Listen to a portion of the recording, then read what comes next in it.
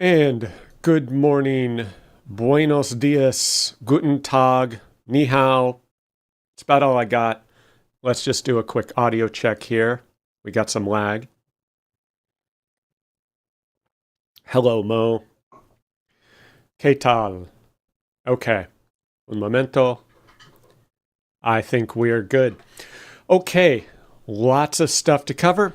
I was gone for 2 Fridays. My apologies, lo siento. But I was traveling in El Salvador, as you will see. So let's get started. So I was up at 4 a.m. this morning. Cheers. Second cup. So if you are tired, then do it tired. Send questions, comments, Twitter, Twitch, YouTube. Yeah, I should see them in this fancy console thing. So good morning. Thank you for joining. What are you working on this week? Well, the last 2 Fridays, I was in El Salvador, and it started on, I think it was like November 21st. We were in El Zonte, El Salvador. We all arrived at San Salvador Airport. Becca, Tanya, and I, and then Vanya joined us in El Zonte. So that was super awesome. It was a cute little boutique hotel. It was gorgeous, super nice. They had a pool right next to the beach, just walking distance. We had a great time, and we actually did quite a bit of work there. So that was more of a working session there, and that was one of the nice seating areas at our hotel. So we really had a really nice time. The beach at El Zonte is absolutely gorgeous. Beautiful black sand, black volcanic sand beaches. Sunrise and sunset, you just go there just to watch the sun. Even the dogs on the beach sit there and watch the sunrise and sunset. It is so beautiful. So we had a fantastic time there. And then we headed over to Berlin, El Salvador, which is about a 3-ish hour drive, assuming your car starts, unlike ours. We had car issues with the rental car and it would not start. So we had some help from some locals to jumpstart it. And then we headed into Berlin, and it was a festival on the Saturday when we arrived. Buenos dias, Mr. Johnston. Cheers. It was a Berlin festival when we arrived. There were food stands, there were events. They had a band come through. They had like cheerleaders with the spinny thingies, and they had a pupusa eating contest. And I think Joel entered, and I think he says he ate 18 pupusas. Now, if you've never had a pupusa, let me tell you, like, 2 is plenty for me, and 3 or 4 would be my absolute max. For any human to eat 18 pupusas is, I don't know how that is physically possible, but apparently it was quite a competition. So that is Edgar on the left. We have Danielle in the middle, then Jocelyn on the right, and then me. We had a great time. And then thank you, Tanya. Tanya made some Thanksgiving-themed shirts for everyone, and everyone got a shirt that says, "I am following this turkey," and then I had the shirt of the turkey. So I'm the turkey in that photo, in case you couldn't notice the hat. So thank you, Tanya, for the custom t-shirts. That was pretty fancy. And the hat, by the way.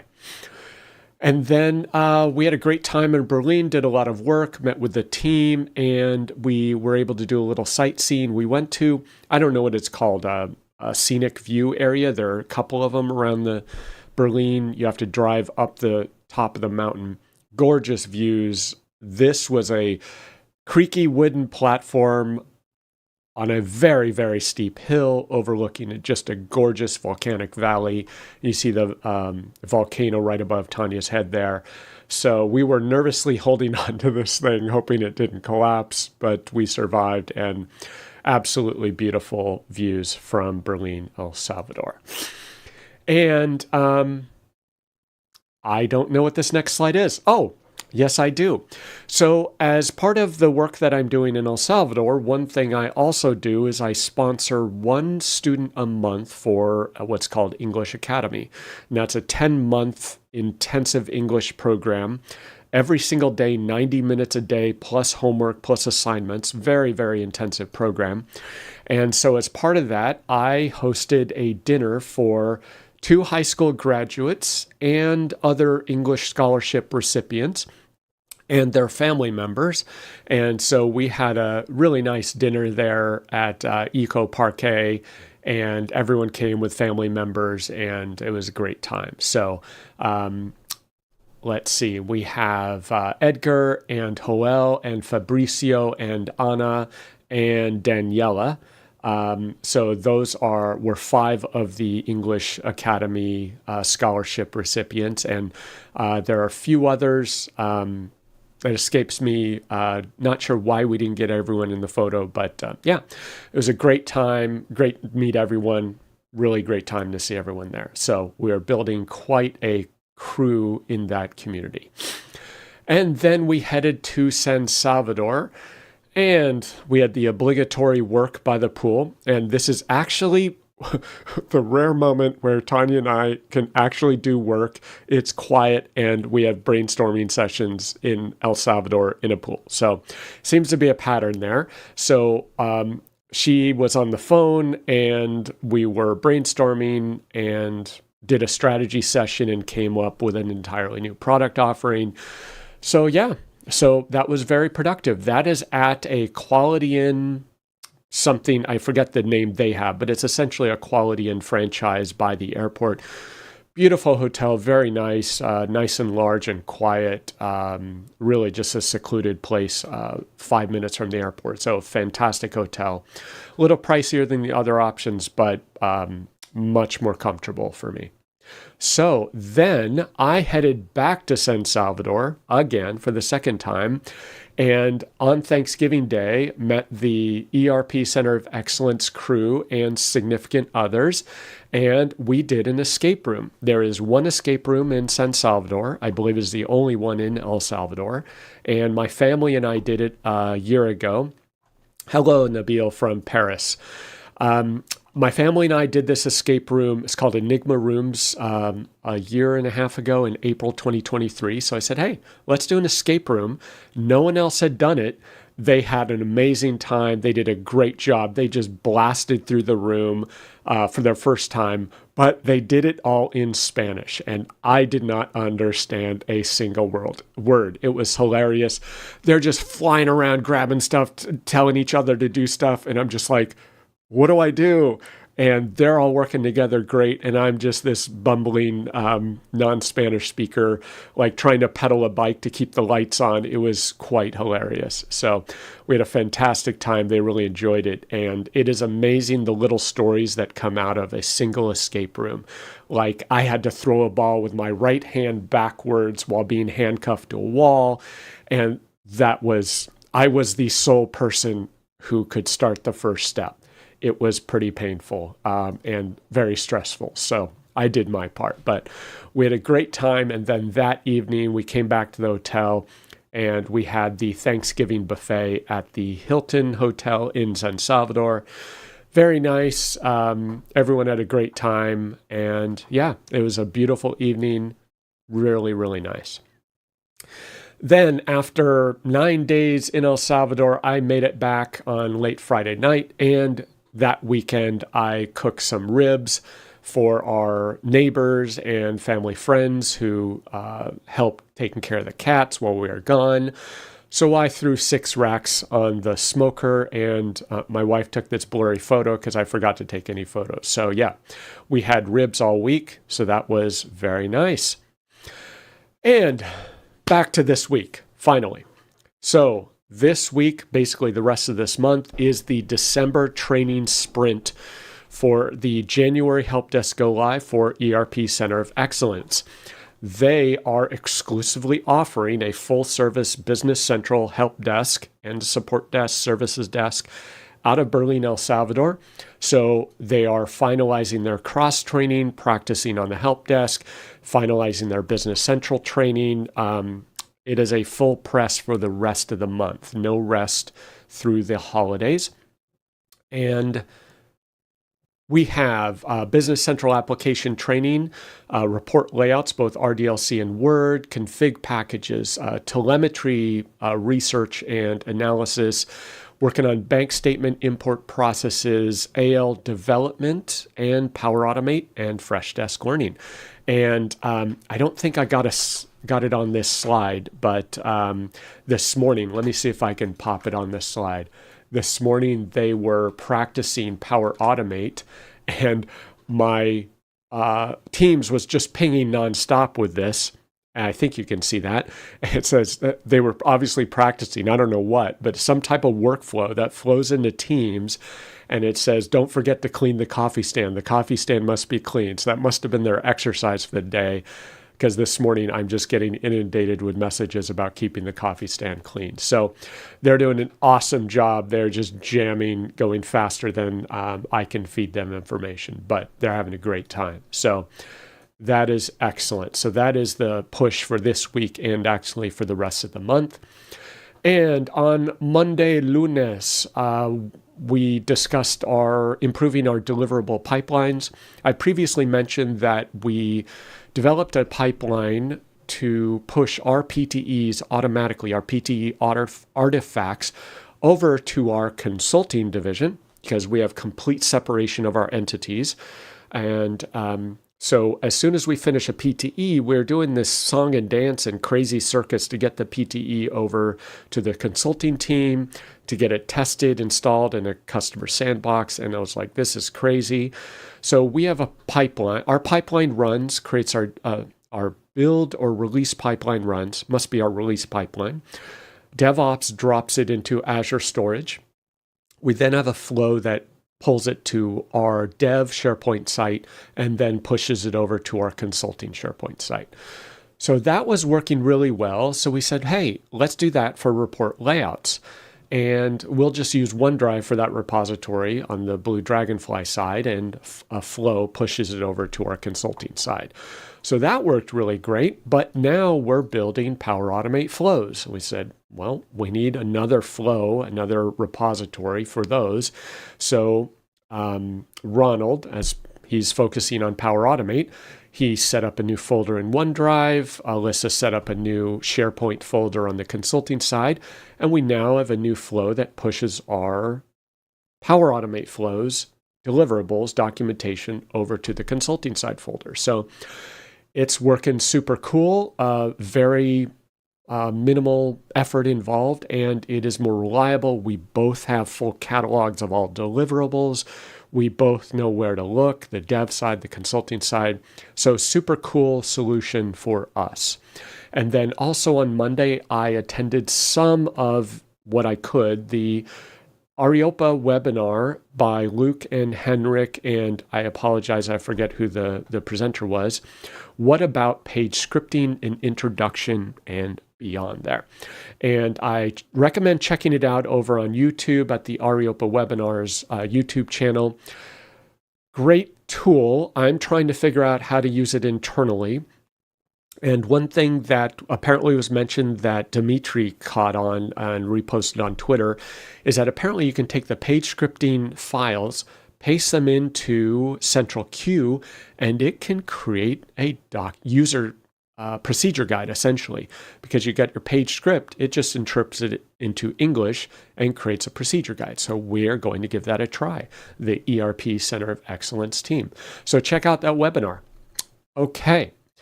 And continuing on the training, every day is training day. Shane with Power Apps 911 tweeted that he was having a, Black Friday sale, whatever holiday constituted the sale. And so I signed up Ronald on our team for the Power Apps 911 training. And I had been teaching him basic Power Automate. We created a flow for a customer, a real billable project for a customer. And Ted, exactly. Go check out that video. Using page scripting, you paste it into Central Queue apparently, and it creates your user documentation procedure guide.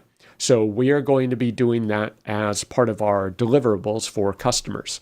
At least we're going to give it a try, see how well it works. Yeah, pretty incredible. So I signed up Ronald for Power Apps 911 training. We did the all access on demand training. We got it on a slight discount because of the sale, but normal price is $109 a month. So Ronald is now signed up. He has an orientation call with the representative next week, and he's going to be digging into the Power Automate videos, the Power Apps videos, and whatever else is available in the Power Apps 911 training library. So yeah, folks, there is endless amounts of training content. There is endless amount of learning opportunities. So every day is training day. Every single day, the interns and candidates in the ERP Center of Excellence program are training, literally. This morning, 3 days a week, they train for 3.5 hours. I believe it's 8 or 8:30 in the morning to noon. They are training 3 days a week, learning all of this stuff, and they are jamming. So no excuse, just sign up. Take a class, attend a webinar, watch a video, find a topic you don't know about, and just go after it, right? Ted says an endless amount of time to do the training. Yes. And that is one of the things that I emphasize at the ERP Center of Excellence is that we do not work 50 hours a week. We don't even work 40 hours a week. Like obviously 40 billable hours a week would be fantastic, but if you're doing that, you're exhausted. And the last thing you want to do is spend 2 to 4 hours learning a new topic 1 or more times per week. So we scale things back. We structure our organization so we are not running around and just under the gun to have 40 plus billable hours. We have a slightly more relaxed pace, and that gives us the capacity, the space to learn, to invest in training. We are always investing in training and learning, nonstop. And on to a more morbid topic of laptop mortality. I thought that was clever. This is a ThinkPad X1 Carbon Gen 9 that I now know I made the slight mistake of purchasing instead of getting the less expensive model. I grabbed this off of eBay. I think it was roughly $550, $600 for the Gen 9s.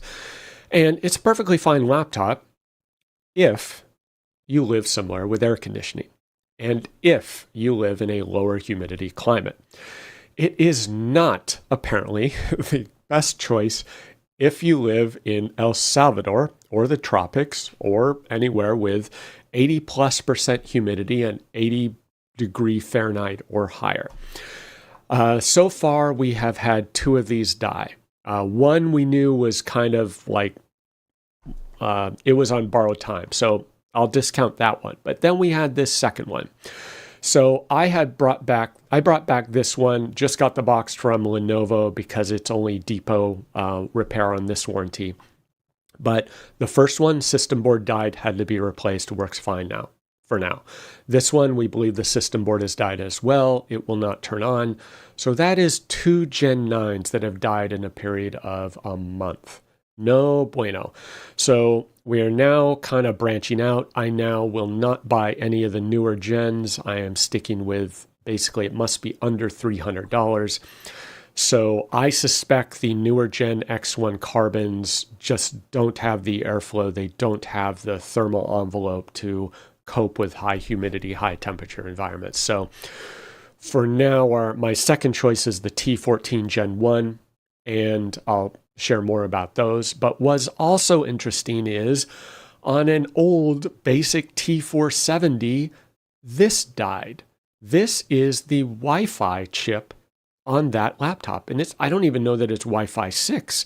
So this is the old ubiquitous Wi-Fi chip. It's an Intel-based processor. I don't know like what brand it is, but this is the OEM chip that comes in the X1, or ThinkPads. And it's your basic like M.2 style half height chip with the 2 antenna ports at the top there. So Joel is using this T470 and the Wi-Fi stops working. And I'm like, it's got to be Windows, right?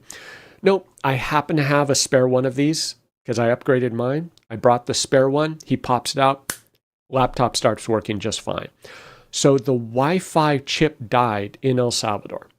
Crazy. Like, this is the absolute last component I would think that would die in a laptop.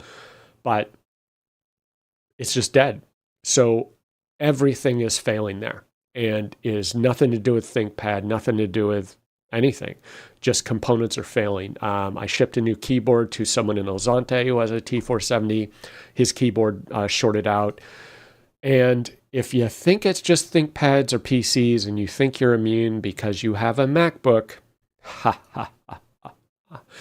this is a very, very astronomically expensive MacBook Pro 16-inch. This MacBook was used at the beach for over a year in El Salvador. It is massively corroded to the point where it will not charge using the MagSafe charging point. It's like fully shorted out. The board is fried. And all of the battery cells are swollen and one has ruptured. So it is in bad shape. And so I told the person, well, why don't you pull out your SSD? You'll at least keep your data. I'll take it back to the US and try to get it repaired. Well, you notice these chips here? Those are the soldered-on storage chips on the system board of a MacBook. You cannot remove the SSD from a MacBook. So when the board dies, your data is attached to it. Apparently, if you try to send this in to Apple, they'll just say, we got to replace the system board for $1,500. And I think they just say, tough, you lose your data. I don't think they do any data recovery. So guess how much it costs to send to a third-party repair shop to get the system board repaired? Approximately $850 to do essentially micro soldering to find the bad. It's usually a shorted power circuit on the board. Once they repair that shorted power circuit, the board works fine. But board repairs approximately $600, new batteries approximately $125, and then it was $75 to ship it there and some shipping charge to get it back. So roughly $850 to repair a MacBook.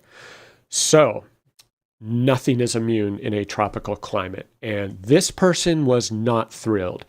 He temporarily, at least, in a moment of unhappiness, vowed to never, ever, ever buy a MacBook again because he realized his data was soldered on the system board and he couldn't get it off, can't recover it, and now he's got to ship his data to a third party and trust them. So Ted Johnson says, is it cheaper to invest in AC? Yes, pretty much. We are looking at a place that we can rent, and we'll have to see if we can put AC in there because I suspect rainy season in El Salvador is a primary contributor because we didn't see failures during dry season, but rainy season, we've had multiple casualties. So the problem is many of the houses there are not insulated. They're not sealed. It's just like literally a 4-inch gap along the top of the house between the wall and the roof because it's just metal roofs there.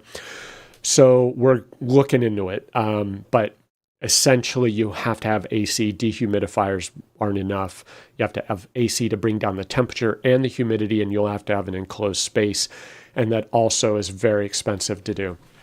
So we are looking into it. Adventures in El Salvador. And so given all of this learning, I am now only buying 4-plus-year-old laptops. They're perfectly good. You do not need anything newer for ERP, BC consulting work. Like it's all just basic productivity and web. And so I just got home, purchased 2 more T14s, and they come in various flavors, T14, T14S, whatever. These are i7s, and one is touch, one is not. SSD size really doesn't matter for what we do. It's all OneDrive, and $275 each. So I just bought 2 more. And when they come up, I'm going to buy 2 more. So I think I brought 8 laptops last time I was there. I'm going to bring 5, 6 more next time I go. We are literally going to have a pile of laptops. They will be disposable to go into a parts pile to do future repairs. Ted says a dryer box to store the laptop in. I don't think it's practical. There is no practical way to dehumidify on a constant basis. There are dehumidifying boxes, like for 3D printing. Apparently that's a thing to keep the filaments dry, but it's just not practical. As soon as you open the thing, take the laptop out, and the laptop's going to be out majority of the day. And so stuff just shorts out. So I think AC is really the proper way to do it. That will greatly extend the life, but we're just going to have $275 laptops, like whatever. And everyone will be prepped to just rotate their laptop. It'll be no big deal. Any of my laptops die, I just pick up a new one and I'm good to go in an hour. So not a big deal. So the story of El Salvador is you just have to be prepared and deal with it. So Tuesday, martes, clase de español. For me, continuing my brutal Spanish journey. I think a 4-year-old could run rings around me in Spanish, but I'm maybe at the 2-year-old level. I can order food. Franklin is jamming on AL development. He did his first AL report extension. He is working on his second one as we speak. So that is next on his journey. And then he's going to jump into Alpaca, proper project setup and structure, naming convention with our senior dev, Dave, and learn about DevOps, pipelines, the whole kind of DevOps life cycle so that he follows our procedures and produces consistent code. And then I had yet another call on the GPISV that I support. And all of a sudden, in 2 weeks, we had 2 customers with the same error message, and it appears to be a bug. Now, how we have a product that we've been selling for 15 years, or 13 years for this version, 12 to 13 years, and now we find the same bug from 2 customers within 2 weeks. It's wild how that happens. So we're working on that. And I have mentioned this before, but another plug for the 7th edition of Programming Microsoft Dynamics 365 Business Central, with our lovely BC Docs librarian as one of the authors. I got a copy for Franklin, so he is using it for an occasional reference when we need to look things up and try to figure out what something is doing. And we actually did, I believe we found that in this book, we got a good explanation of the report filter.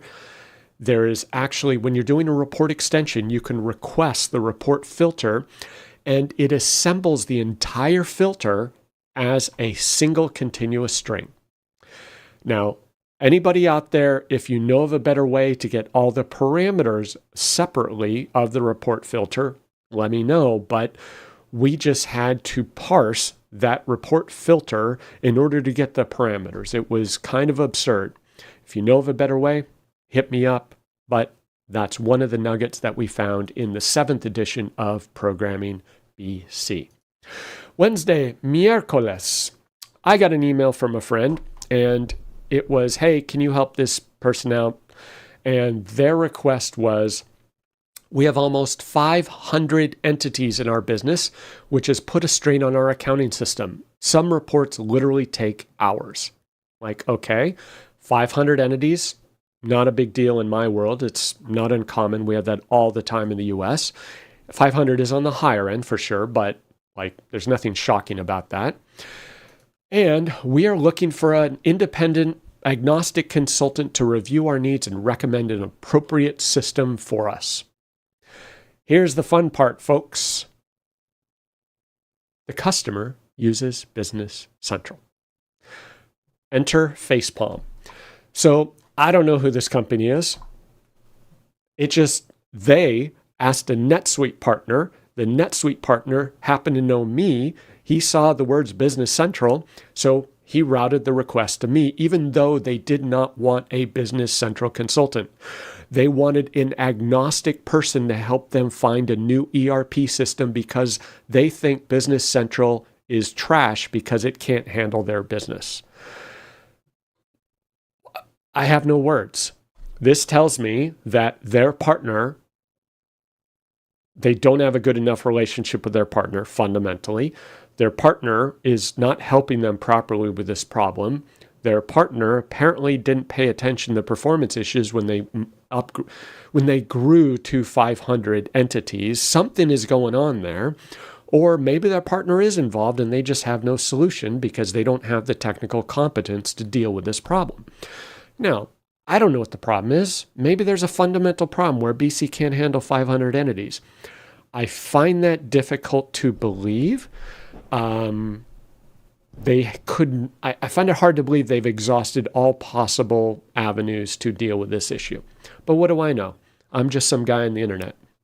So I've offered to have a call with them. Tanya and I will jump on a call, see what's going on. Like, I don't really need to steal them as a customer. I'm just kind of like, what's going on here? Why is it so bad that you're trying to replace Business Central? Like, so many things had to go wrong for them to get to this point where they're just begging a NetSuite partner for help to get a new system selection process going. Anyway, welcome to my world. Moving on. Upcoming events. Próximos eventos. Próximos eventos. I hope that was better. We have Color Cloud, which I had never heard of until this year. Apparently it's a thing. The second year, I think, in April 24th, 25th in Hamburg, Deutschland. So if you're in the neighborhood around April, go over to colorcloud.rocks. And I don't know if their request for sessions or proposals is still open, but check it out if you want to head to Germany. Apparently it is a mixed language conference, English and German. I don't know if that's a good thing, bad thing. It's interesting. So if you speak German, go for it. Dynamics Minds coming up May 26th through 28th in Slovenia. I've heard it's beautiful. I've heard it's fantastic.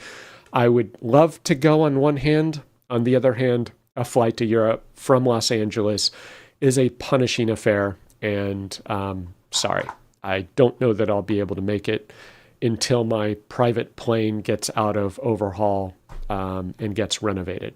In progress, folks. And coming up in many cities near you in the United States, Summit NA roadshows. Here are some dates. We have LA, Vancouver, Tampa, Atlanta, Dallas, Denver. And make sure to double check the dates before you start making plans around these, because I had some dates a couple sessions ago. Many of them have changed. The city has changed. The data has changed. So double check this and sign up for it so you get updates, because it looks like they are making adjustments on a week-by-week basis. So check that out at dynamicscommunities.com. And Thursday, Jueves, I attended a webinar yesterday by SonicWall and my SonicWall vendor, managed security solution provider, MSSP. And as part of the presentation they did, they talked about basically why security fails, or what breakdowns are causing attacks or bad guys to get in. And number one, Microsoft has said the same thing.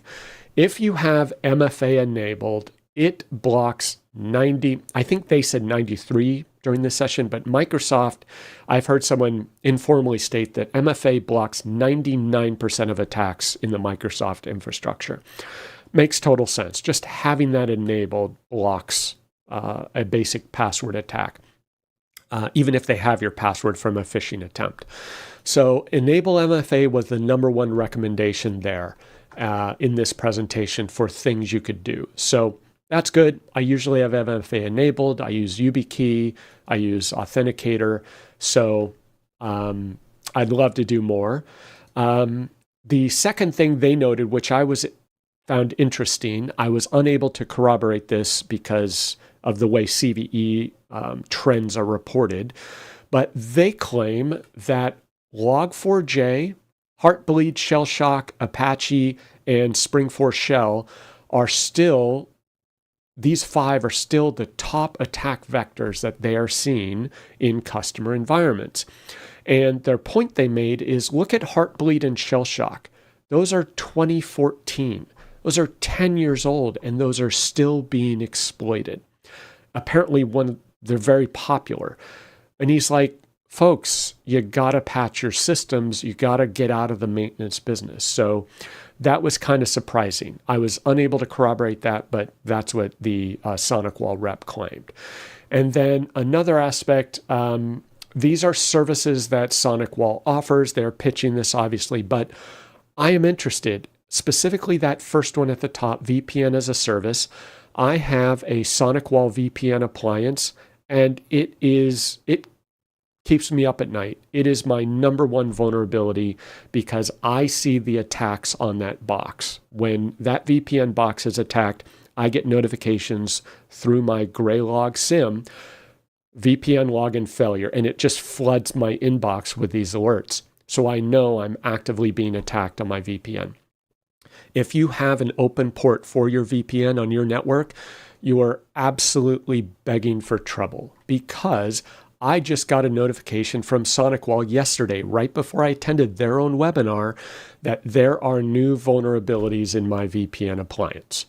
So yet again, I have to try to upgrade, hope it doesn't brick the device like what has happened previously. So I am very interested in a VPN as a service and closing all ports on my firewall. I want 0 ports open. You should not have 3389 open for RDP. Bad, no bueno, don't do it. And I want to close 443 as well. I do not want any ports open on my network. It is just asking for trouble. No matter how patched you are, the vulnerabilities will exist, and you could do everything right and still be vulnerable. Moving on to cybersecurity good news. I received this email from a healthcare provider, and it is a cyber attack. So there's a large healthcare provider in Southern California, 2 large hospitals. They're completely shut down due to a cyber attack. They have no internal systems, no software, no internet, no LAN, no phone service. And they estimate it'll be at least a week, perhaps 2, for them to try to recover from this cyber attack. I need to take my daughter to the clinic to get tested for strep because she is sick. So I'm about to find out what it's like to go to a healthcare provider who is shut down due to a cyber attack. 2 hospitals have no services, no emergency room, completely shut down due to this. It is a problem, folks. So after that happened, I said, okay, we got to move. So this is my new Cylance dashboard. We are spinning up Cylance for both our consulting arm and our BC Dev technical arm, and everyone is going to get on Cylance initially for endpoint protection because it is what I know and because it is cheap. I sent them an email. 5 minutes later, I'm up with a new tenant.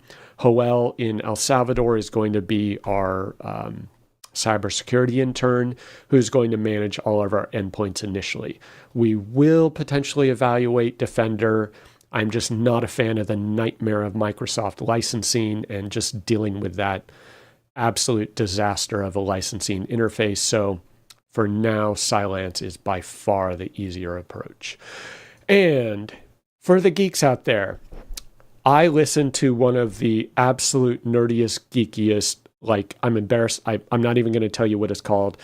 I don't even know what it's called. It is this super unbelievably technically nerdy podcast. And through that podcast, which I listened to in my 6:30 morning walks, I learned that an open source project whose sole number one priority is security implemented AES with ECB block mode. Now, if you're geeky enough, you will understand the problem with that. In a 30-second search, if you don't even know what the block mode is or what the AES mode is, you can find out that you should not be using ECB unless you have a very specific set of circumstances or constraints. The ECB something cipher block, whatever it stands for, does not use an initialization vector. So it can produce reproducible encrypted values. And that is no bueno. Do not use ECB. This open source project, whose number one priority is security, used AES with ECB mode, and they discovered it months after the project had started. They fixed it, but it tells you they didn't know what they were doing. So if you are implementing any encryption, you gotta learn. You gotta consult someone who knows what they're doing. At a minimum, you need to be using CBC with an initialization vector.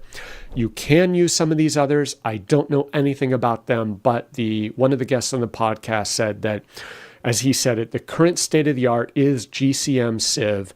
And I had to look that up. I wasn't familiar with it. And this is a newer mode, AES mode, that is nonce misuse resistant.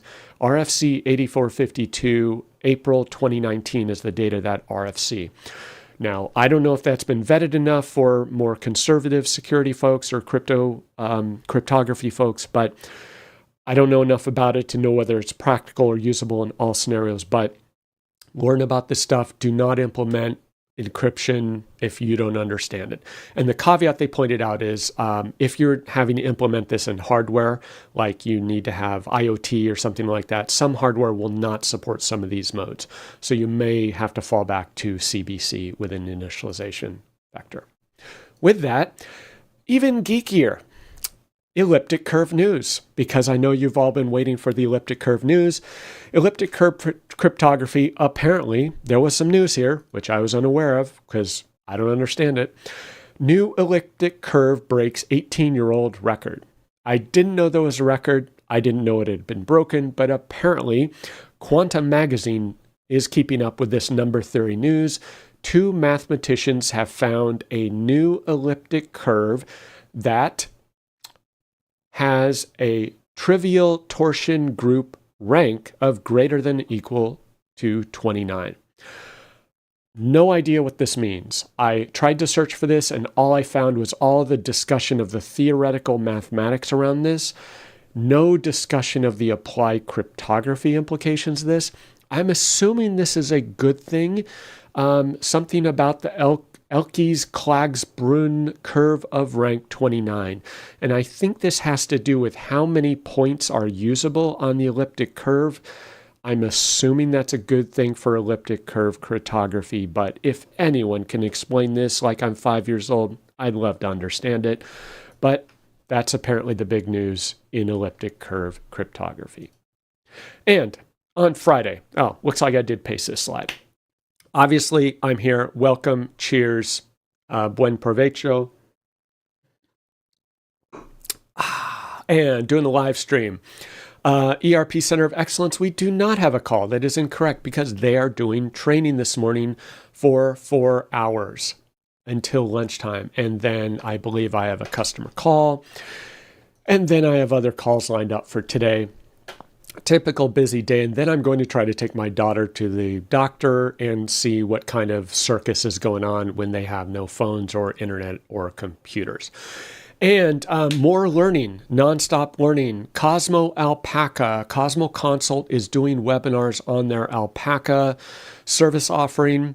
I need to attend this because my developer knows Alpaca. I have not used it yet, so I need to learn this. Franklin needs to learn it, so we'll have internal training perhaps. I am unable to attend these because these are 10 o'clock European time, a little bit early for me. So if you're interested in Cosmo Alpaca, check it out. I think it's pretty amazing. It has just absolutely changed our development processes, the speed of development, the efficiency. It has just dramatically improved how we develop for Business Central, particularly small PTEs.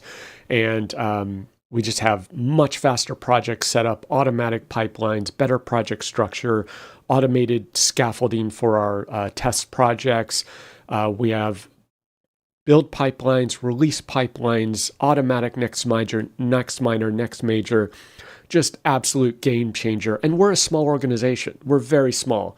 We only have one senior dev, one junior dev in training. So you do not have to have a 10-person, 10 dev org to utilize this. I'd say the smaller you are, the more value you're going to get out of it just from day one. So let me know. Check it out. I think it's phenomenal. So excellence update. You saw all the cool stuff we did in El Salvador. We are doing the December training sprint, nonstop training through the end of the year. And as part of that, this week is Power Automate training by Ronald. That's him up front presenting at the training center in Berlin. He's training the entire team on Power Automate flows, and they are all coming up to speed and cross-training. And as part of this, they all present. So Ronald presents, trains them, and then they have to do a project. They have to present to everyone else. So they are all becoming trainers and presenters in the process of learning. And then, of course, we have Jocelyn, who presented her Power Automate flows. So fantastic time in El Salvador. Look at all those glowing ThinkPads waiting to light on fire. And Q&A. And before I forget, que tengas un buen fin de semana. Have a good weekend. And what are you up to? What are you working on? Thanks everyone for joining. We have quite a crowd today. This is amazing. 85 on Twitter or X, 6 on YouTube, and 1 on Twitch. Hey, thank you for joining on Twitch. I actually like Twitch. It's a great platform, really good video quality. So yeah, thanks for joining. What are y'all working on? Have a great Friday. Have a good weekend. What are you doing this weekend? I need to clean my office. This is getting out of control. I just haven't had time. Welcome, Mo. Thanks for joining. Adios. Nos vemos. Que le vaya bien. Have a great weekend, folks. I'm going to jump off and do whatever I should be doing right now. Que tengas un buen fin de semana. Okay. Adios. How do I get out of here? Cheers to coffee. Great episode. Muchas gracias, señores. Okay. Goodbye. Wait, what do I do? There we go. Last slide. You can do it, Steve. Okay. Talk to you later.